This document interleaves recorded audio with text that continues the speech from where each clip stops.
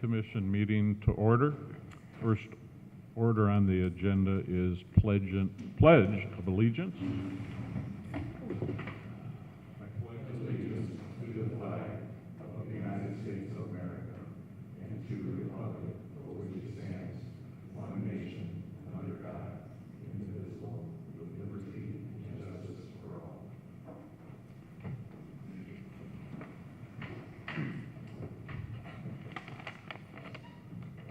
Roll call, please.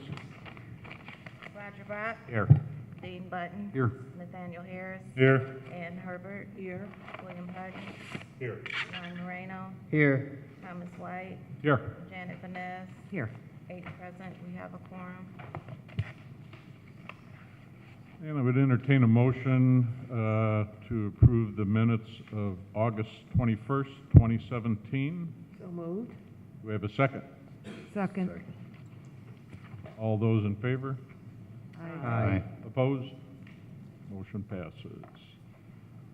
Do we have any old business? There is no old business. New business, CP-17-07, petition of Norma Holm on behalf of Indiana Land Trust number 120367 to reclassify property at 2620 165th Street from C-1 Local Commercial District to C-4 General Commercial District to construct, operate, and maintain a retail and resale furniture showroom within the city of Hammond. And have all the notification requirements been met? Yes, they have. Okay, and if the petitioner is present, if you'd please come forward.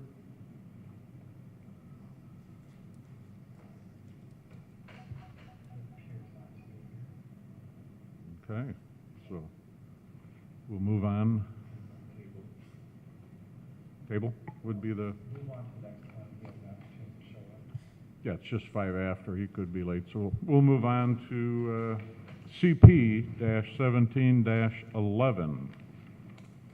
Petition of Butkus Development for approval of a one-lot subdivision called Luke's Woodmire Addition located at 6539 Indianapolis Boulevard, which is zoned C4 General Commercial District within the city of Hammond.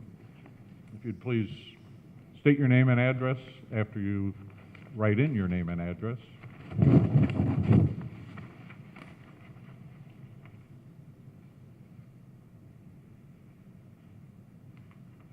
Hello, I am Dan Tersman, here on behalf of Butkus Development, 3580 North Hobart Road, Hobart, Indiana. The purpose of being here today is to request your approval of preliminary and final subdivision plat for the address 6539 Indianapolis Boulevard. This is the administrative process of changing the old meets and bounds legal description into the standard lot format. The property that we have here is currently a single lot, so it would be just essentially just updating the legal description. No new easements. All existing easements would remain intact. So.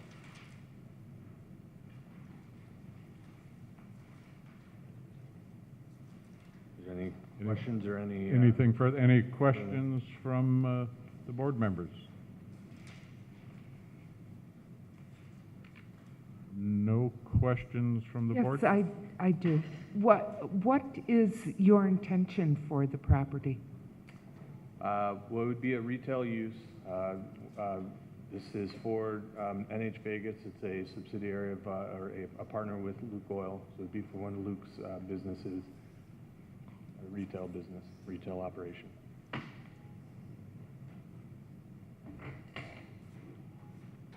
Any other questions from the board members? If we have no other questions, we can open it up to public expression. Any members of the public have Any comments, questions, please come forward. Again, we'll open it up for public expression. Hearing none, we'll close public expression. Brian, you have a staff report?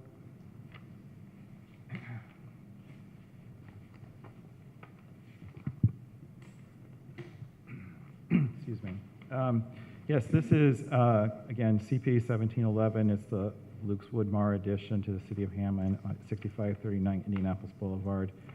The property is currently zoned C4, and they're proposing to do a one-lot subdivision to convert the property into the standard lot format.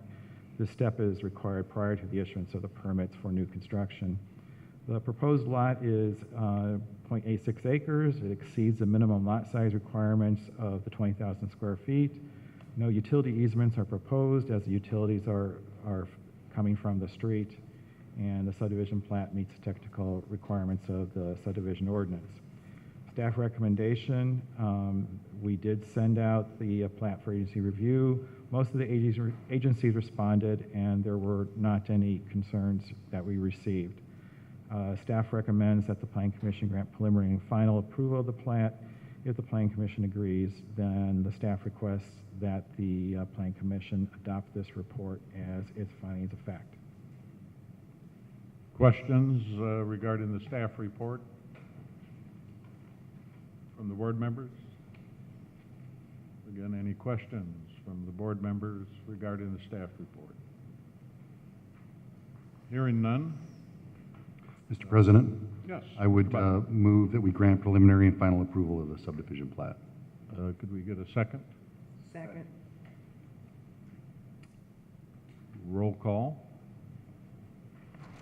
Roger Brock, Yes. Dean Button. Yes. Nathaniel Harris, Yes. Ann Herbert, Yes. William Hutton, Yes. Juan Moreno, Yes. Thomas White, Yes. Janet Vanez, Yes. 8 ayes, 0 nays, 0 abstentions, motion passed. Mr. President, Mr. Button. I request that the plan, or I move that the Plan Commission adopt this report as a finding of fact. Second, please. Second. Roll call. Roger Brock, Yes. Dean Button. Yes. Nathaniel Harris, Yes. Ann Herbert, Yes. William Hutton, Yes. Juan Moreno, Yes. Thomas White, Yes. Janet Vanez. Yes. 8 ayes, 0 nays, 0 abstentions, motion passed.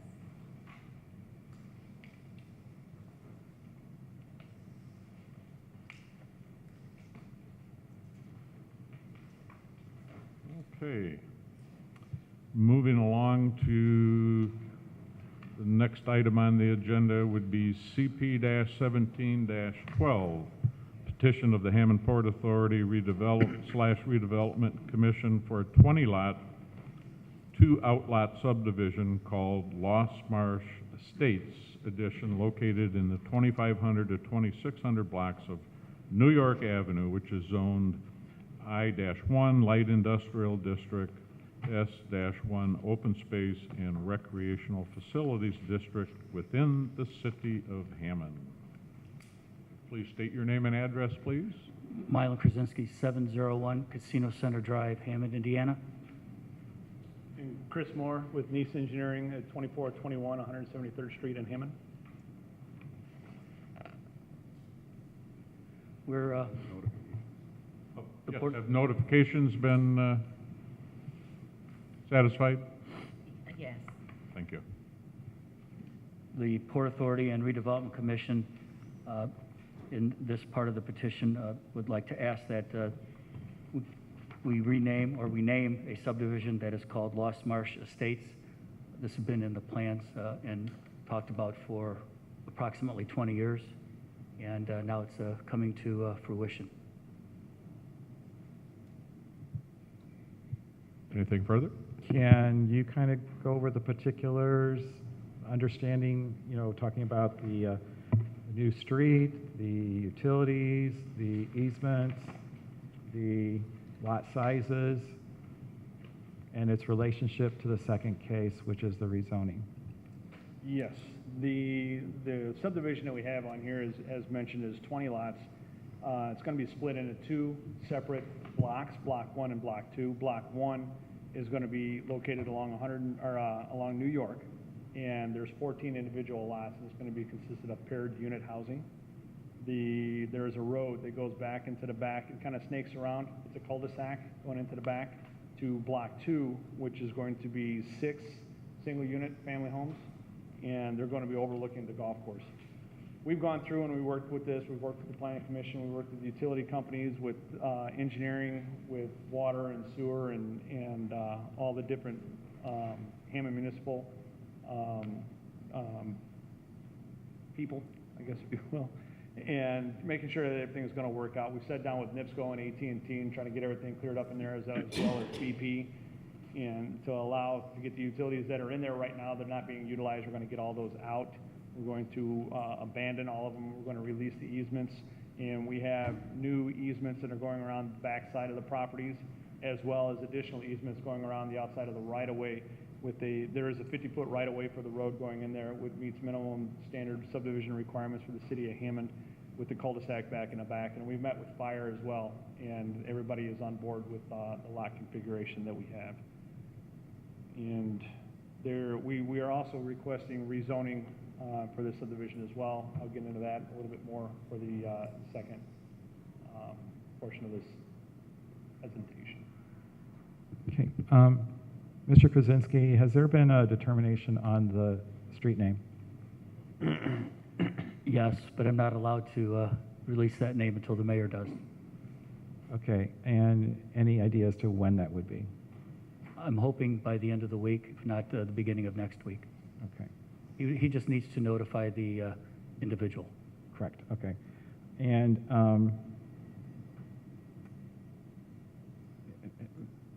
Mr. Moore, not in any super detail, but you can talk about, or could you talk about the easement releases and where they're at? We're working with the utility companies right now, and everybody that we've talked to that still needs to be in there, i.e. NIPSCO and AT&T, we've been working with them. AT&T currently has a easement that goes across the north lots of Lot 9 and through Lot 14. It's a duck bank that runs through there, and working with them, we're going to take the new utilities and run them around through the easements that we have platted on this new subdivision, and upon completion of that work, we are going to go through and remove the utilities that are going right through the middle of those lots, and AT&T at that point in time will release that easement.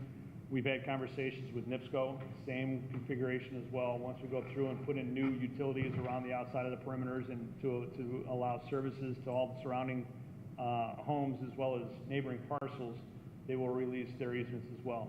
We've also had conversations with BP. There's some old abandoned utilities in there that we're working on getting those abandoned officially and all the proper documentation taken care of. As soon as we get that done, we'll release those easements as well. They will release those easements, I should say. Mr. Poland, there is added cost from AT&T, about $38,000 to remove the existing line and easement for AT&T, and the Port Authority's going to be picking up that cost. So it doesn't come very cheaply to abandon, remove, and then relocate. You know, I'm very aware of that, and that affects lots, 9 through 14 Yes, on correct. Block 1. What's that? On Block 1, 9 through Yes. 14 on Block Yes. 1. But you have provided a place for AT&T to go to once they get rid of that. They're going to, yes, Sure. they're not going to get rid of that until all the new utilities are in place. Okay, that kind of is a chicken and egg thing when they do that to us, because of the timing of the recording. Okay. So, We'll work out those details. yeah, we need to talk about that, because, you know, even though, yeah, I mean, that's something we're going to have to talk about. No problem. Questions from the board? Mr. Hutton? Thank you. What agencies have looked at this and responded, Brian?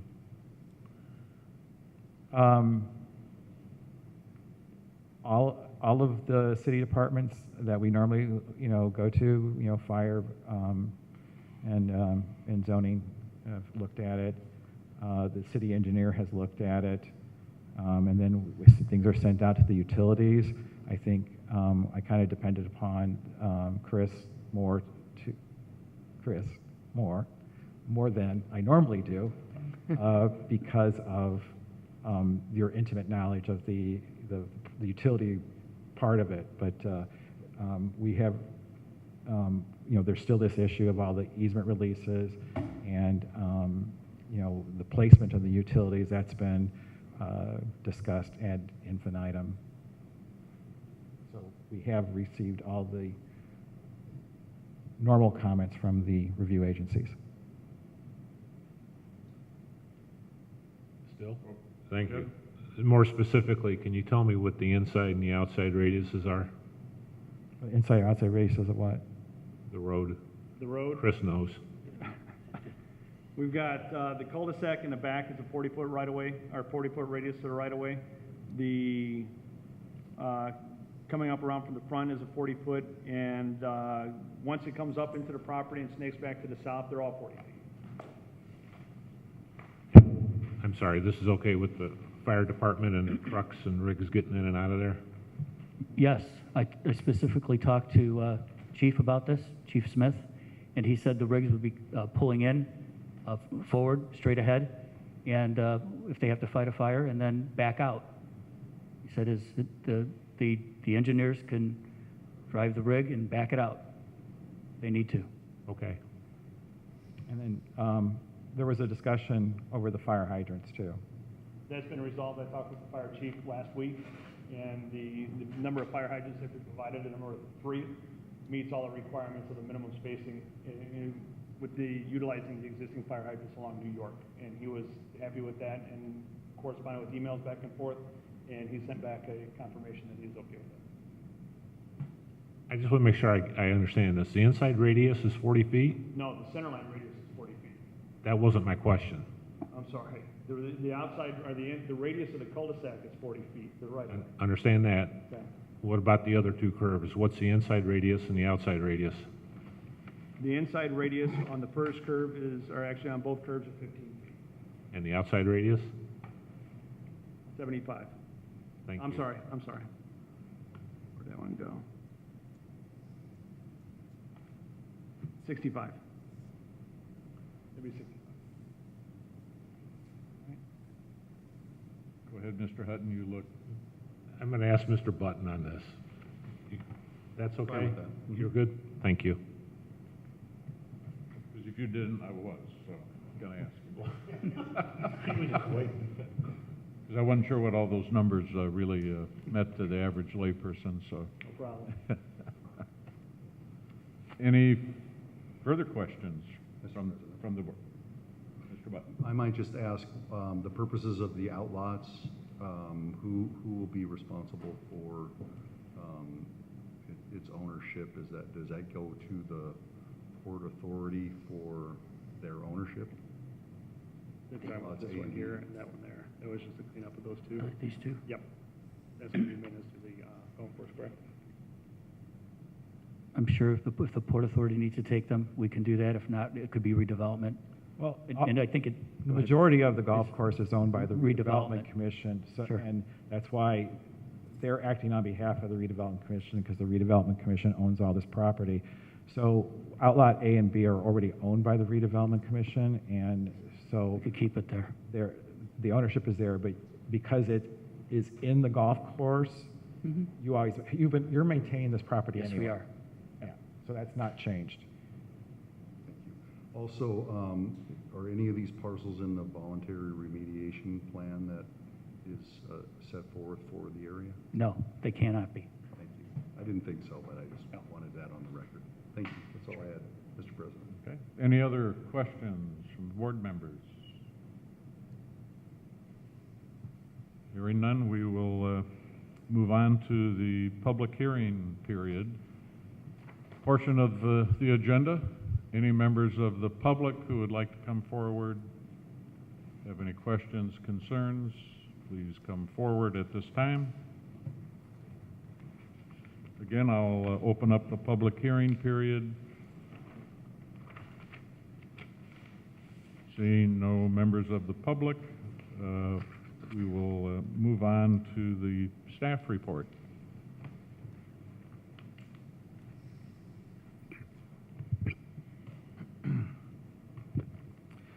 As noted, this is a 20-lot subdivision with 2 outlots, and it's into 2 blocks, which is correlating to the next petition for the rezoning. As discussed, the name of the street has not been provided to us, and that would normally be on the subdivision plat. The new street does meet the minimum width requirements for residential streets, and it also meets the 500-foot length of a cul-de-sac as defined in the subdivision ordinance.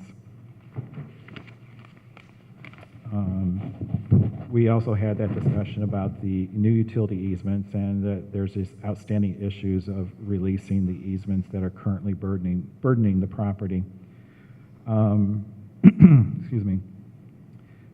Primarily, the staff does meet the requirements, but there are these technical things that I have identified. Staff recommendation just to state that we did send it out for agency, as was discussed. The utilities have been involved throughout the development, and their concerns have been taken into account.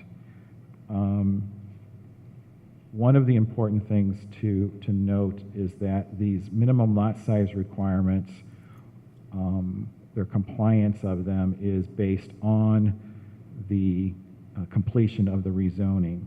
So staff recommends that the Plan Commission grant preliminary and final approval of the subdivision plat, subject to the staff resolving the outstanding technical items, and I'm amending here, subject to the finalization of the rezoning by the City Council.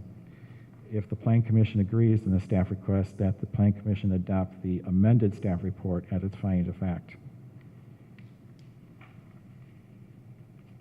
Questions from the board members regarding the staff report?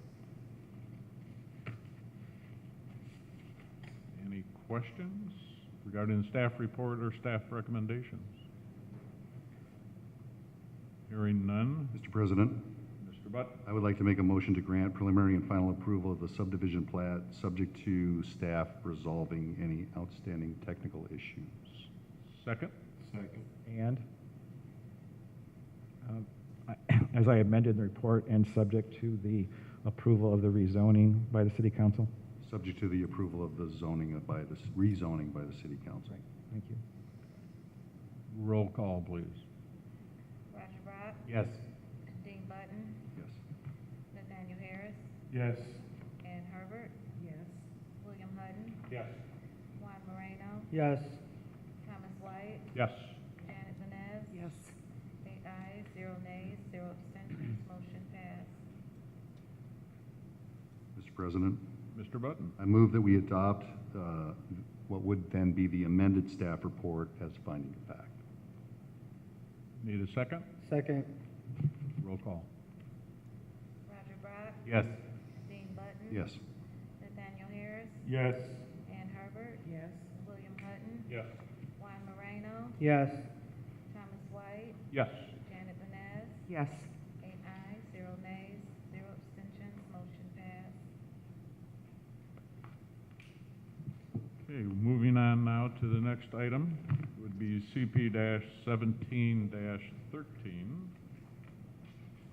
Petition of the Hammond Port Authority / Redevelopment Commission to reclassify property at the 2500, 2600 block of New York Avenue from I-1, S-1, and R-1 to R-1, R-1U, including a joint petition by the Plan Commission for technical corrections to the zoning map.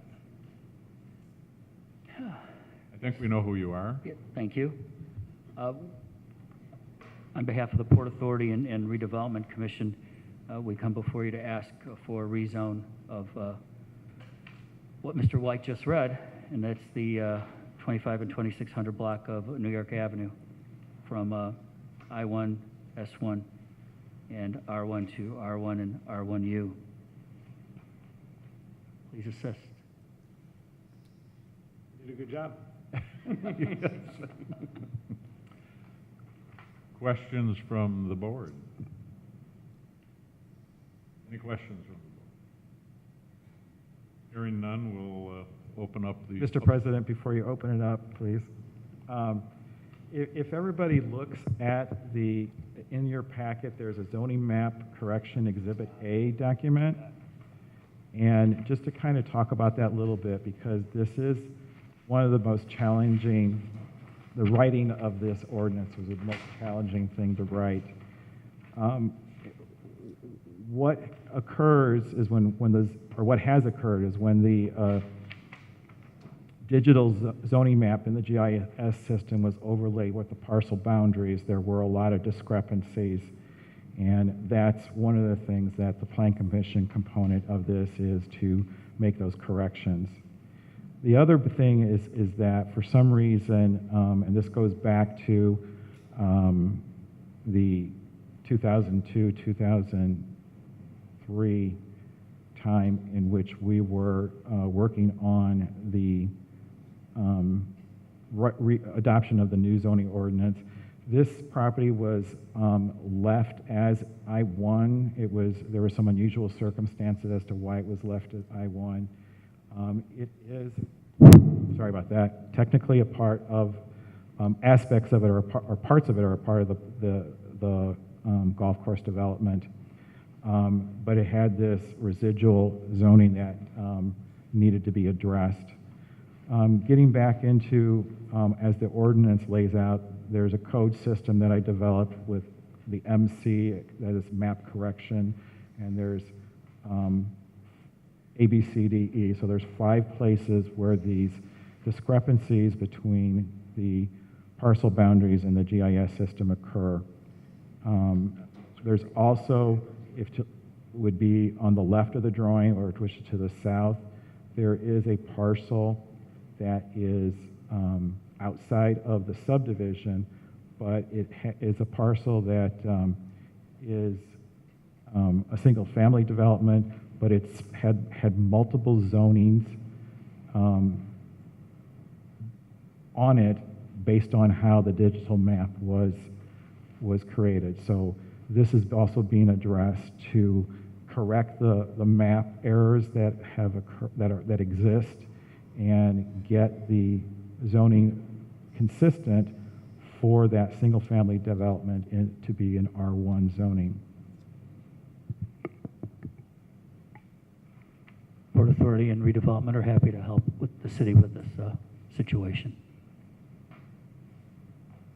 Thank you, Brian. Mr. President. Mr. Button. Mr. Poland, the area to the south of the development, is the property owner an entity of the city, or is it a private? It is a private person, and they would have received notifications of the rezoning and the subdivision petition. And we did say the notification requirement. I did on the first on CP 17-12, but I did not on CP-1713, so notification requirements were met. They were met, and because both the letter for the subdivision and the rezoning were in the same envelope, so everybody was notified equally. So you believe it's appropriate to make these zoning corrections at this time, not as a separate item between the subdivision and the area outside the subdivision? Yes, I believe it is the correct time because basically these are technical corrections to, as I say, when you overlay one digital file with another digital file, there are just these technical errors. And these are things that it is within the jurisdiction of the Plan Commission to make these corrections as under its authority. Thank you. I have no objection. Thank you, Mr. Button. We'll proceed with opening the public hearing period. Anyone in the audience that would like to come forward with questions or concerns, this is your opportunity. Please come forward. Again, this is the public hearing period. Anyone desiring to come forward with questions, concerns? Seeing none and hearing none, we will close the public hearing period and move on to the staff report. Bryant? Pretty much as stated, the property is a mixture of zoning, and we're trying to make the zoning match the proposed subdivision that you've just heard about. The R1 and R2 is the final zoning reflective of the single-family development in Block 2 for R1 and the paired homes in R2. And I see that I see an error there, but okay. R2 is appropriate for a 1 and 2 family residential district. So in reviewing the petition, there are five state criteria that have to be commented on. Part of just jumping down to most desirable use is that this is property that has had various of uses over time. Most recently, and for probably most everybody's recent memory, has been vacant. And this is an interesting opportunity for us to develop a new housing development that would take advantage of its proximity to the golf course and kind of develop that golf course type community, definitely a unique type of housing. Conservation of property values, it certainly will help support the residential neighborhood that's on the east, and again provide valuable new housing opportunities for the city. Staff does recommend the Plan Commission forward the petition to the City Council with a favorable recommendation, and of course, if you agree to go with the favorable recommendation, to have the Plan Commission adopt the report as preliminary findings of fact. Thank you, Brian. Questions regarding the staff report or recommendations from the board? Any questions?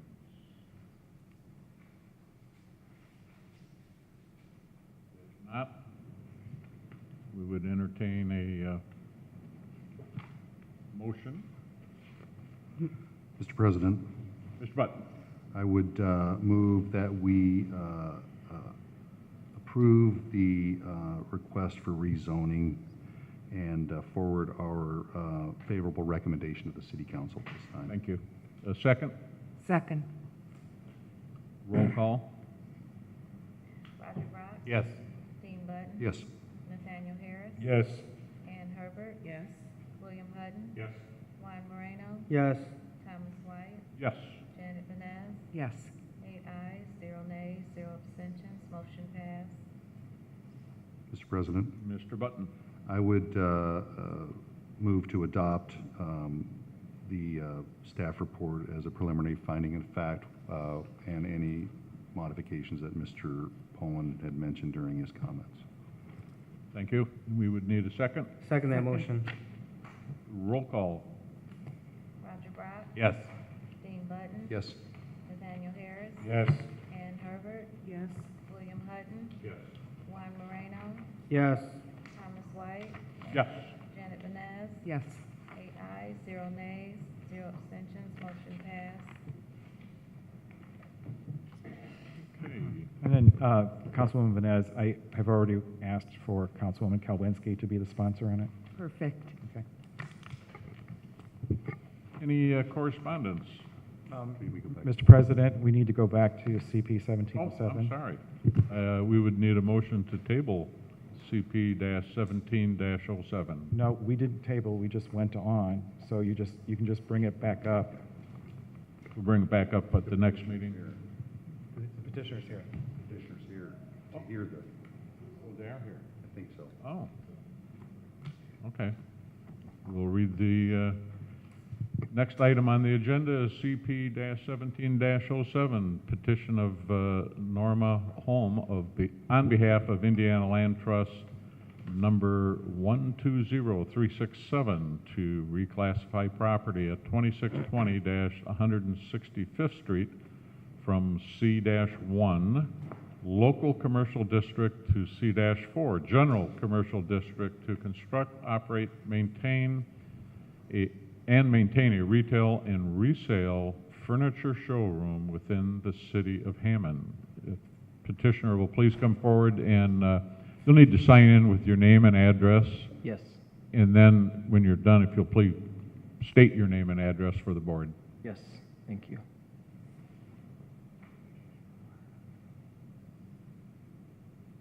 Has the notification requirements been met? Yes, they have. Thank you. Justin Holm, 4732 Toll Avenue, Hammond, Indiana, Speak up just a little Justin bit. Holm, 4732 Toll Avenue, Hammond, 46324. And if you want to On behalf of my wife. present your, Yes, on your behalf of my case? wife, I apologize that she wasn't able to make it. She's not feeling well. But I'm her husband, and we work together on this. We have operated a retail and resale furniture shop in the city of Hammond for 2 years and 4 months now.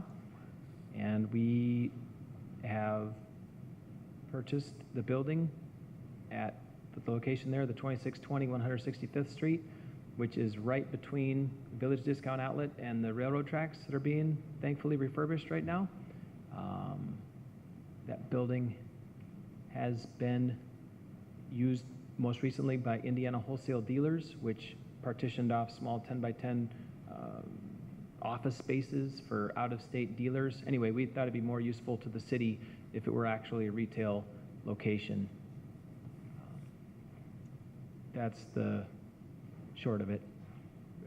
at one time, wasn't that the Granger? It was originally the Electric, Granger, yes, sir? Okay, Correct, I certainly recall that, so. yes. And for a time, it was also Mr. Bargain's furniture warehouse, so it was already used as a furniture place. Mr. Holmes? Yes. I don't know if you saw my email earlier today identifying some errors in the county records.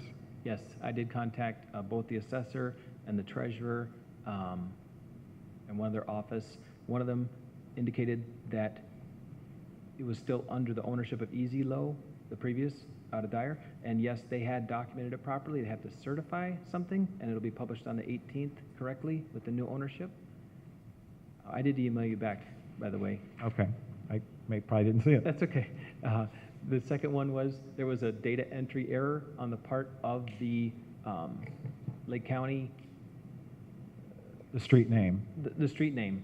It should have been 165th Street, and they acknowledged that error. I sent them the actual title, and they corrected that error over the phone and changed it, and now it's available online as Okay. such. Okay, and so when did you actually purchase the property? On the 27th of August. 27th of August, and for some reason that has not been through the entire county system. Right. I called Meridian Title. I found another error. They forgot to issue something out of the proceedings, and so, yes, for some Yeah. reason. It was very unusual that some of the county offices had to change and one of them didn't. So I just was surprised by that, so I just wanted to make sure that we Sure. clarified all that. Yes.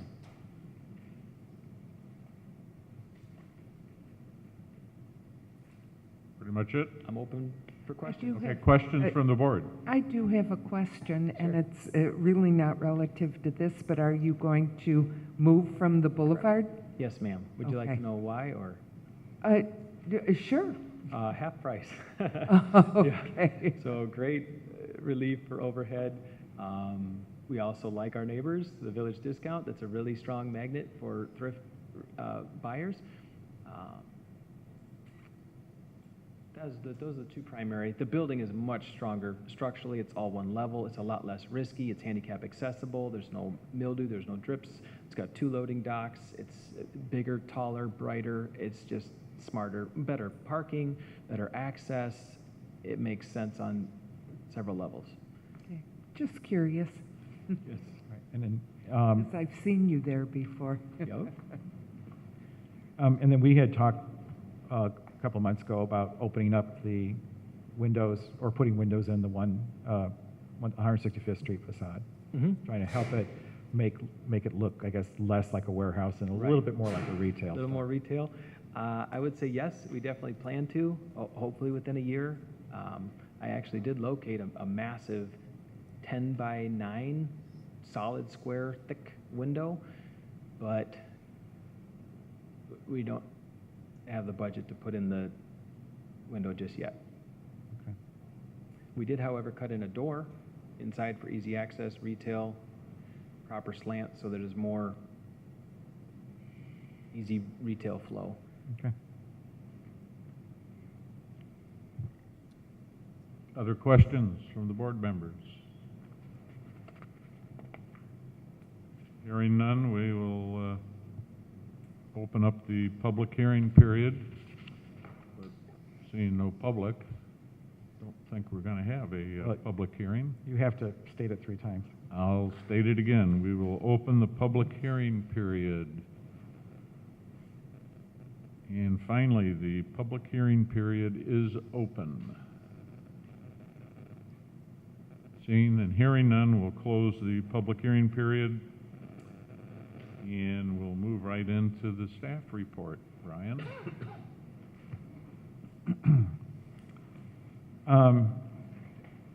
The property is currently located C1, and that C1 district goes from the railroad tracks on the west almost all the way to Kennedy Avenue, basically to the alley that's on the west side of Kennedy Avenue. As stated, this building was originally, or at least early on, the Granger Supply Company, and it's had other uses since then. The comprehensive plan, it not only is the 1992 plan here, but we get to use the 2001 neighborhood plan. And there was concerns about this being a gateway into the neighborhood and making sure there's appropriate design and use character, or the setting has an appropriate character, and that there was recommendations that this property be used for retail, commercial, or restaurant uses, and was against any of the kind of industrial heritage or usage that was what it was originally contemplated for. The reuse of conservation of property values. The reuse of the vacant building is important to maintain the property values. And the building is oriented to 165th, and any traffic associated with use should not infringe on the residential neighborhood. And it is located on a major arterial street. Staff recommends that the Plan Commission forward the petition to City Council with a favorable recommendation. And then, of course, if you agree, the request that the report is adopted by the Plan Commission as findings of fact. Questions regarding the staff report? Mr. Poland, I'm sorry, Mr. President, Mr. Poland, would it be appropriate to make the motion contingent to the subject of the ownership, proof of ownership of that location based on the comments you made earlier this evening? Yeah, I kind of want to just double check your documents so I have them on file properly. But if we can address, Mr. Holmes, if we can address that tomorrow, if you can you email the deed? Excellent. I did. I sent it to you. Oh, you did send it to me. Okay, so I get to. Yep. Okay, upon reading the email, hopefully this will be resolved. But I think, Mr. Butt, your point is well taken. Just for a technical matter here, because making sure that the owner is the owner can make the request for rezoning, or a contingent purchaser. So we just verify that in the records. Thank you. No further questions. Okay. If there are no further questions, I guess we'll entertain a motion. Mr. President? Yes. I move that we forward this petition to the city council with a favorable recommendation, subject to the proof of corrected ownership. And if we could have a second? Second. And a roll call vote, please. Roger Brock? Yes. Dean Button? Yes. Nathaniel Harris? Yes.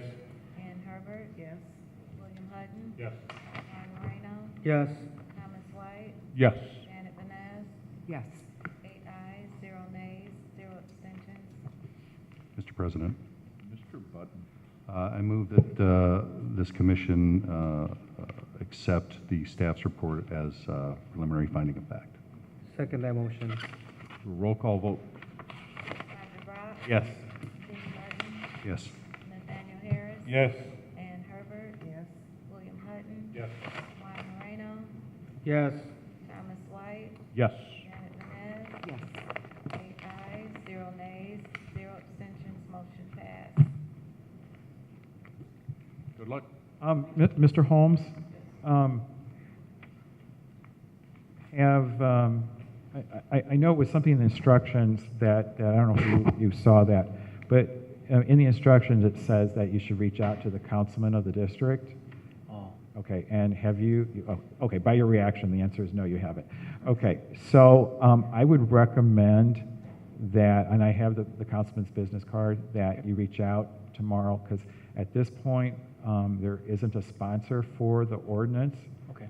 The challenge is that the deadline is Wednesday at 10 o'clock in order for it to show up at the following council meeting. Otherwise, you get thrown into some delays.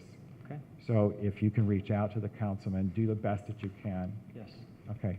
And then Councilman Venez, if for some reason that he's Yes. unable, would you? Absolutely. Okay. But the councilman of the district should be at least one or both, one of the sponsors on it. Thank you. Okay? So let me give you this card. Thank you, Brian.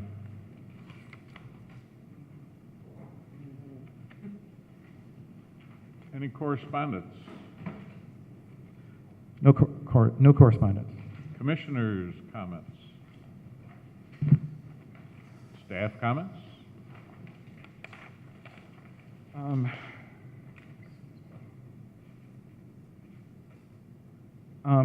Councilman Venez, is the council going to change its October meeting? I beg your pardon? Is the council going to change its October meeting? Yes, we did, from the 9th, I believe it was, to the 10th. Is the 9th Monday? Yes. Okay. Okay, Yes, so- October 9th Okay. has been canceled, and October 10th is the meeting. Okay, and then the 23rd you're keeping? The, October 23rd? Are you keeping that meeting date? Are you keeping 2 meetings in October or just one? yes, we will have two meetings meetings in in October. October. Okay. I just want to make sure you weren't going to bump us on our No. plan commission date. No. Okay. Is the 9th the result of the Columbus Day holiday? A Yes, mistake. it is. Yeah. Thank you. Mhm. Okay. As far as the plan commission on the 16th is concerned, I don't have anything positive that's going to be on the agenda, so it may work out anyway that we don't have any conflicts. But I hope everybody would still keep that meeting open in case something shows up like I expect the next day or so. That date again was? The 16th of October. And any public comment? And seeing and hearing no public, motion for adjournment. Motion to adjourn. Second. Those in favor? Aye. Aye. Thank you all.